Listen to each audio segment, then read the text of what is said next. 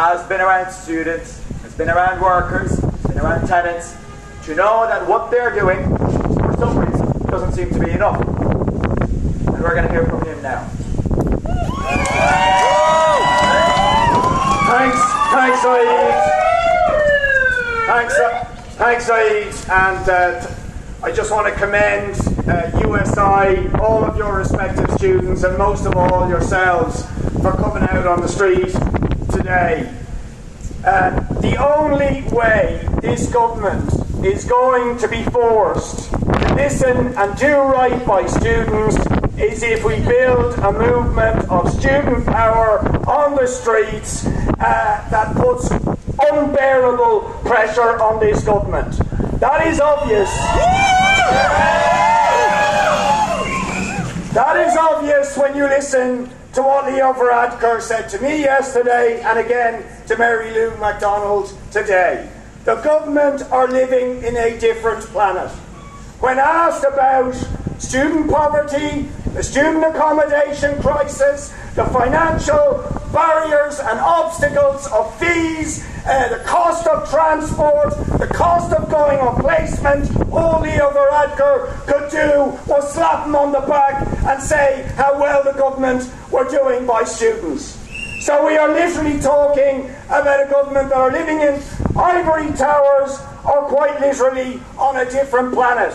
And the only way you are going to bring them down to earth and explain to them the reality of students being crushed with unbelievably unaffordable rents, or being unable to access any accommodation at all, or being forced to couch surf, or live in hostels, or travel from hours from different parts of the country to get to the college, or worst of all, being deprived of their education because they are forced to drop out because they simply cannot sustain the crushing impact of the cost of living and accommodation crisis. And that is what is going on. Varadkar, Martin, this government are stealing the education and the future of young people.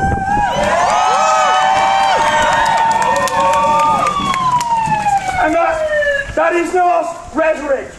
The CSO have just brought out the emigration figures for this country for the last 12 months. 65,000, mostly young people, left this country in the last 12 months. Why is that happening? A very significant jump on previous years. Because how could they possibly afford rents of $1,200, $1,400, $1,600, and when you get out of college, more like €2,000 and more a month?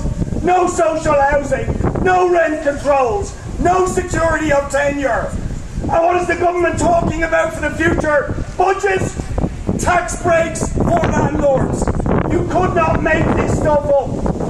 So people are leaving, they are being driven out of the country.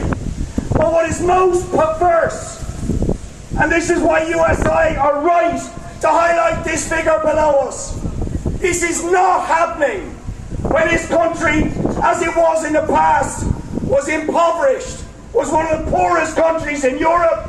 It is happening when we are one of the richest countries in the world, with budget surpluses that any other country in Europe would die with envy for. Now what is wrong? There is something rotten.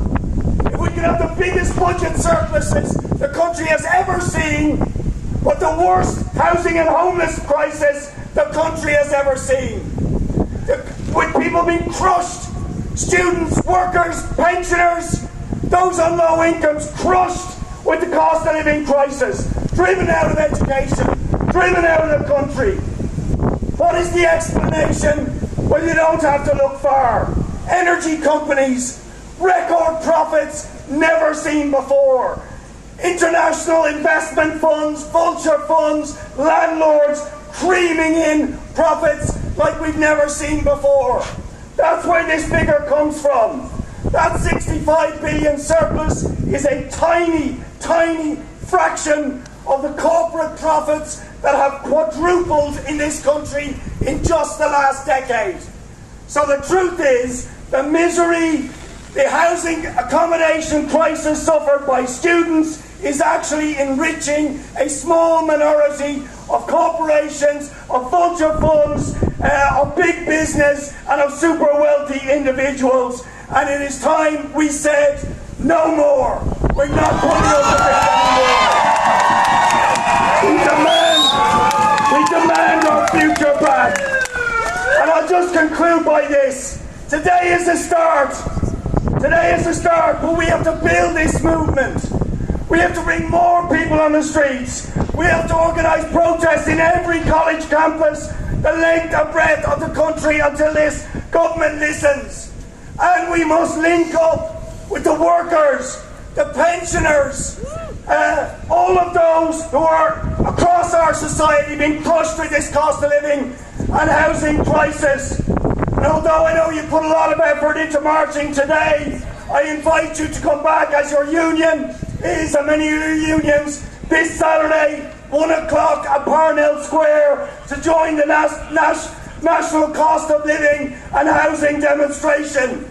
We need unity and solidarity between all those who are being left behind by this government who only cares about corporate profit, vulture funds and corporate landlords. So let's build our movement for change.